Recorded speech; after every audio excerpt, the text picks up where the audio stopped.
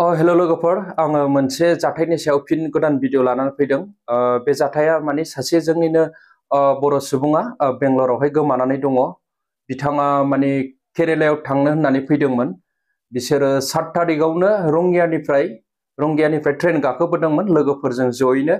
बिनिफ्राय बेंगलरसिम सफैबाय। बेंगलरावहाय बिसोर ट्रेन माने सोलायनानै 11 तारिखआवहाय बिसोरो केरेलासिम सहैनो गोनांमोन। दा बेंगलरावनो बियो ओंखारफैनानै बेंगलरावनो आन्दायबाय, माने बाहेरायाव थांनो हासुहैनो होननानै थांदोंमोन होननानै फोरमायहरदों न'खरनिफ्राय।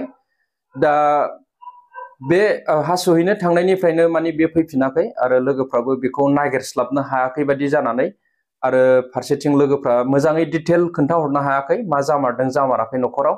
दा बिनिखायनो न'खरनिफ्राय बे भिडिअखौ बानायनो थाखाय खावलायहरनायलाय आङो बे भिडिअखौ नोंथांमोननि गेजेराव लानानै फैबाय। दा नोंथांमोनहा बे भिडिअखौ जेसेबां हायो एसेबां शेयार खालामनानै हो, जाहाथे जों बे बिथांखौ थाबैनो मोनफिननो हायो। नोंथाङा नायदों बड' टुब इउ, आंनि मुङा अमृत बसुमतारी। जाय बिथांमोनहा आंनि चेनेलाव गोदानै भिजिट खालामदों नोंथांमोनहा प्लिज चेनेलखौ साबस्क्राइब खालामनानै हो, आरो जाय बिथांमोनहा अलरेडि चेनेलखौ साबस्क्राइब खालामखाबाय नोंथांमोननिसिम आंनि गोसो गोरबोनिफ्राय रोजा रोजा साबायखर बावनाय थाबाय। आरो नोंथांमोनहा बे भिडिअखौ फेसबुक पेज एबा फेसबुकआव नायदोंब्ला फेसबुकखौबो नोंथांमोनहा फल' खालामनानै होबानो जाबाय। दे बिदिब्ला नोंथांमोन भिडिअखौ स्टार्ट खालामदिनि। नोंथांमोन माने बे जाथाया दुखुनांथावानो, मानो होननानै बुङोब्ला जाय बिथाङा गोमादों आं बिथांनि डिटेलखौ नोंथांमोननो दा खोन्थाहरनो सानदों थाबैनो। बिथांनि मुङा बिरालाल बर', भिलेज बांगालिगाव। आंथ' मिथियामोन, दिनै फार्स्ट टाइम खोनादों आङो।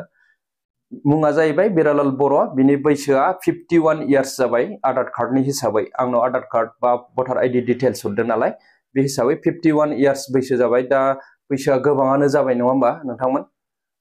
माने बैसो जाद्रायनाय सुबुङा फैद्रायाबाबो जाबायमोन आंनि साननायावबा। दा फैनानै गोमाफैबाय बिथाङा।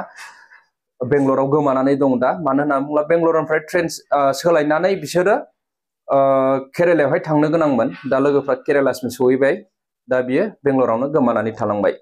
दा बेखौनो आङो गासै बेंगलराव थाग्रा जोंनिनो बर' रायजो राजा नोंथांमोनखौ गुरैयै खावलायहरो, नोंथांमोनहा जाहाथे बबेबाफोर जायगायाव नुसनोब्ला थाबैनो न'खरनि जे आङो स्क्रिनाव नाम्बार होदों बे नाम्बाराव कन्टेक्ट खालामहरबानो जाबाय। आरो न'खरनिया जुदि रिसिभ खालामस्लाबनो हायाबा नोंथांमोनहा आंनिसिमबो फोरमायहरनो हागोन। आंबो आंनि कन्टेक्ट नाम्बारखौ होगोन, आरो गोबांनावनो आंनि कन्टेक्ट नाम्बारा दंखायो। दा नोंथांमोनहा जेरावखि नुवा मानो थाबैनो फोरमायहरबानो जाबाय, जोङो थाब रेस्किउ खालामनानै बिथांखौ न'सिम दैथायहरनि। बांगालिगाव डिस्ट्रिक्टआ उदालगुरि, नोंथांमोन उदालगुरिनि। दा उदालगुरिनिथ' गोबाङानो दंफैखायो नङा होमबा बेंगलराव, आंनि लोगोफोरबो दं। दा नोंथांमोनहाबो एसे अननानै शेयार खालामबानो जाबाय भिडिअसफोरखौ, आरो नायबानो जाबाय बबेबाफोर जायगाफोराव जों नुसनो खोमा। माने रेलवे स्टेसन बा बबेबा बास स्टप एरियाफोराव थानो हागौ बिथाङा। दा जोबोद दुखुनांथाव, दिनै न'खरनिफ्राय माने बिराद दुखु फोरमायहरदों माबोरै मोनफिनबावगोन मानसिखौ। बेनिखायनो आं बे भिडिअखौ लाबोनाय जादों न'खरनि बार खावलायहरनायाव। दा बेखौनो मिजिंथिबाय नोंथांमोनहा थोजासे हेफाजाब खालामगोन होननानै बे बिथांखौ रेस्किउ खालामनायाव। दा बेफोरबायदि जाथाया दिनैल' नंला नङा होमबा रायजोफोर, गोबांबार जाबोबाय। सोरबा तामिलनाडुआव गोमानाय, सोरबा केरेलायाव गोमानाय, आरो बेंगलराव गोमानाय नङा होमबा। जों गोबांखौनो जेसेबांखिनिखौ हादों एसेबांखौ जोङो रेस्किउ खालामनानै हरनो हादों आरो खालामदों। दा बेखौबो जों मिजिंथियो, बा आङो मिजिंथियो नोंथांमोननि हेफाजाबनि गेजेरजों थाबैनो जों बे बिथांखौ मोनफिननानै न'सिम दैथायहरनो हागोन, आरो लोगोसे बिथांनि न'खरखौ सिगांनि बायदि मोजां थासारियाव जों लाबोफिननो हागोनखौ आं मिजिंथिबाय।